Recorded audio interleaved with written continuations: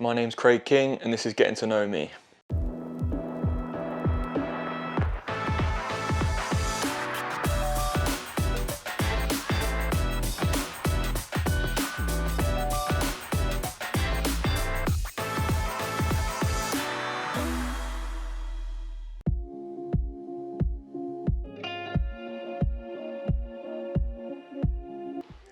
My first football team I played for was actually Hemel Town. I joined when I was about 6, literally just up the road at a school, St Albert the Great. I was there for 5, maybe 6 years, and then obviously got signed for Luton Town, and now I'm back here again.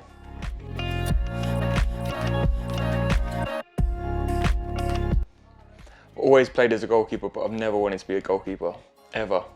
I got shoved in there when I was younger because I was tall and I didn't mind diving around in the mud, and because obviously I was alright, I stayed there, which frustrated me even more because I was always gagging to go out on pitch. But yeah, never wanted to be a goalkeeper.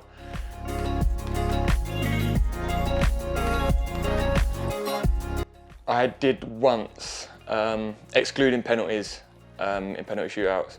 I scored one playing for Hemel when I was a youngster against Kings Langley from a goal kick, wind behind me, one bounce over the goalkeeper and in the net.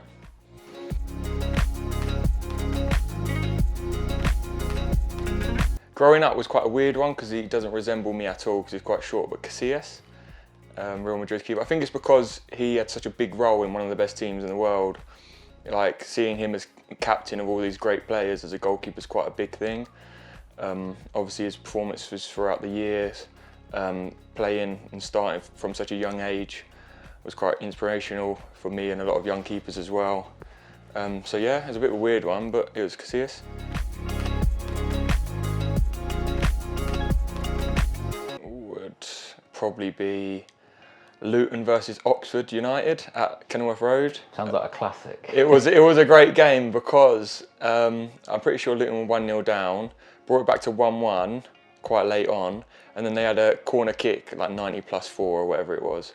And I remember Keith Keane, I think he was captain at the time, scored directly from the corner, and it was just mental. It was the first time I experienced like a live stadium, live crowd, and it was a great atmosphere. It always was at Kenilworth Road. So yeah, that was my first game, and it was a good one.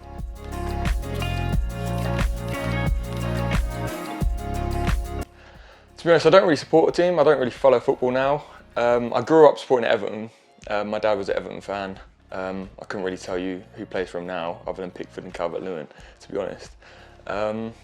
Yeah, I don't know. I feel like through the years, obviously, I watch some big games here and there, but I think I'm one of these that when you play football, you're either obsessed with it, and once you finish training, you'll check all the results and everything. But I'm one of the opposites where once you leave the football ground, training, match, I'm not bothered. I just concentrate on what I'm doing, and that's about it.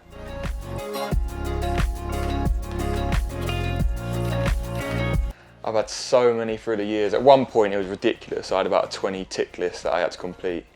Now it's quite chilled. I always have a coffee before a game. Have to. Have the same breakfast, scrambled eggs on toast. That's probably about it, to be honest. It used to be mental. I have to always pack my bag in a certain way. But no, it's nowhere near as regimented as it used to be. I think I'm a lot more laid back now.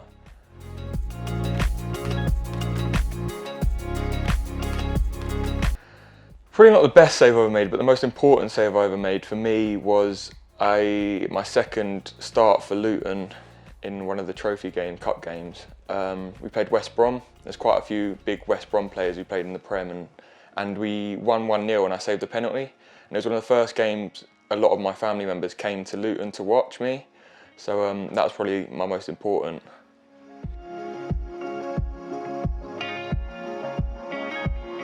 I've only been there once, but probably Thailand. It's unbelievable. The weather's unbelievable. Everyone loves you out there. We're so friendly. It's the most beautiful place I've ever been to, and it's cheap as chips. So I definitely want to go back there.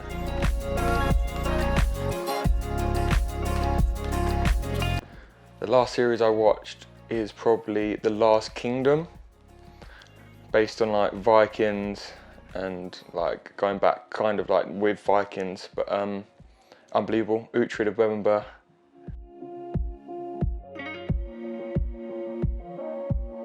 My full-time job, I work at Harrow School as a groundsman. So we maintain all of the sports pitches and all the facilities there. I've only recently been there, to be honest. I've been there about 6 weeks, but it's amazing. The facilities are quality.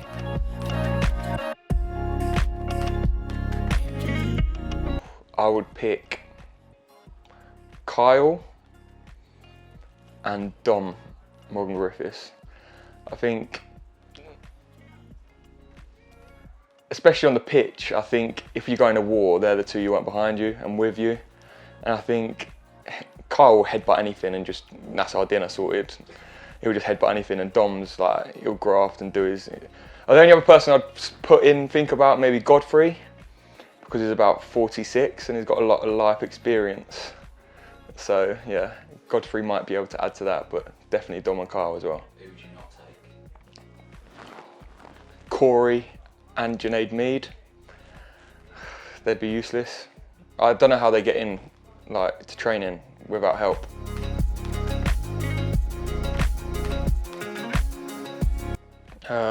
My go-to karaoke song, I think 𝗣𝗿𝗍𝒄𝗱𝗂𝗰𝗲𝗍 Suspicious Mind's always up there. Easy, everyone loves it, especially when the chorus comes. But my most recent time I did karaoke, I did Never Too Much. That's normally my initiation song as well. How's that one go? No. You're not getting me to do that, no chance. Do you know how many times my mates would clip that and put it in our group chats? No chance. Just a little bit. I said the wrong song as well. It's not Never Too Much, it's Never Gonna Give You Up. So I messed that up as well. Missing Emmerdale for this, you know. You're such a dingle. Mate, have you seen what I'm wearing today? Zach can scrub up as well. No lie, I've not missed an Emmerdale episode in about 4 years. Actually, apart from last night, I did miss last night. Will you watch it back though? Yeah, absolutely. I'll be rushing home. Can't say I'm shocked.